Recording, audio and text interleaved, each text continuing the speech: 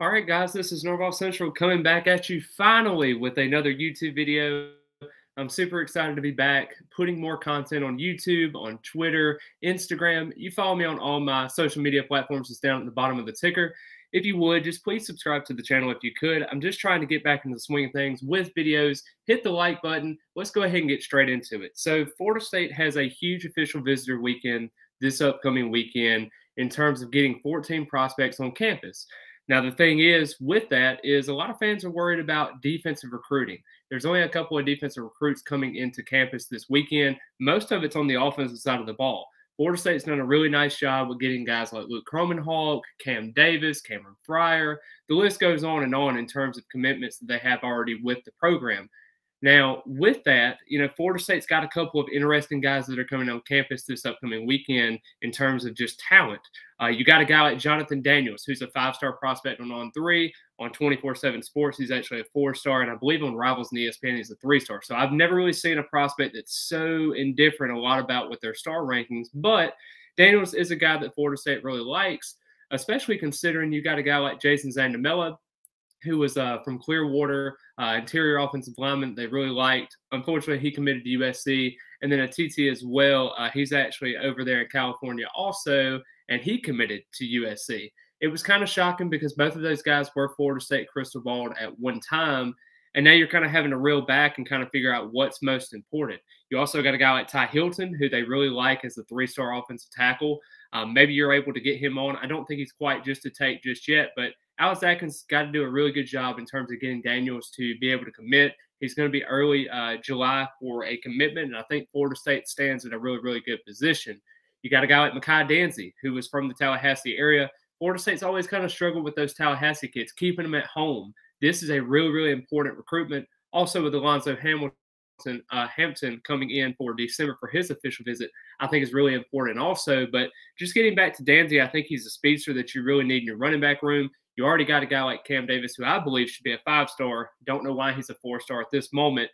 They might hate Florida State a little bit more than they anticipate. But overall, though, I think Danzy and Cam Davis together, I think, can really be a magical pairing, especially considering Trey Benson might be in his last season. You never know about that.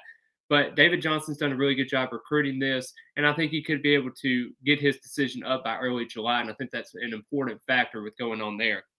Then you look at a guy like Kylan Fox, the 4-star tight end. You're already getting Landon Thomas, a 5-star tight end commit, coming into campus. That's something that's really important to grow those relationships together. They were in a cooking competition together. They are really, really close with one another because both are from the state of Georgia. So you definitely need to watch out for that recruitment as we go through.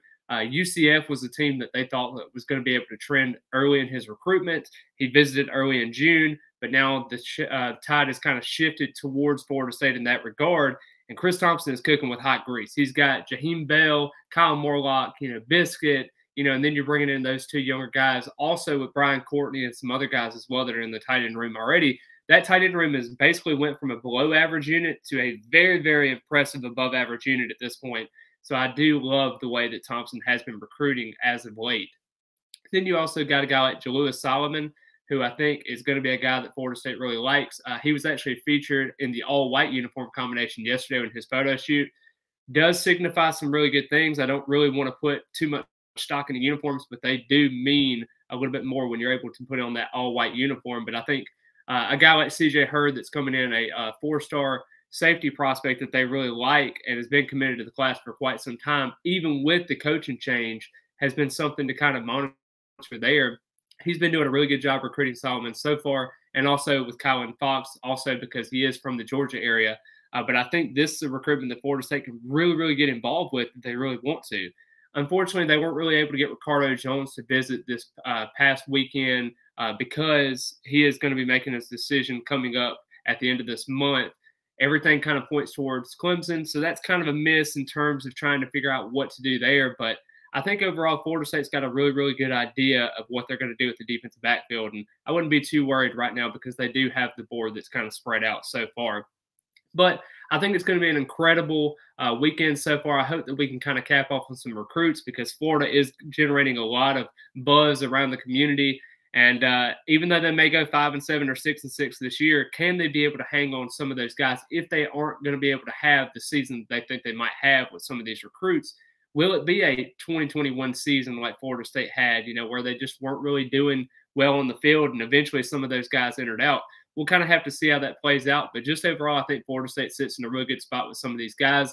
Can the early part of July be that decisive factor in terms of Florida State getting back into the swing of things with recruiting? Because they haven't gotten the commit in 2 months.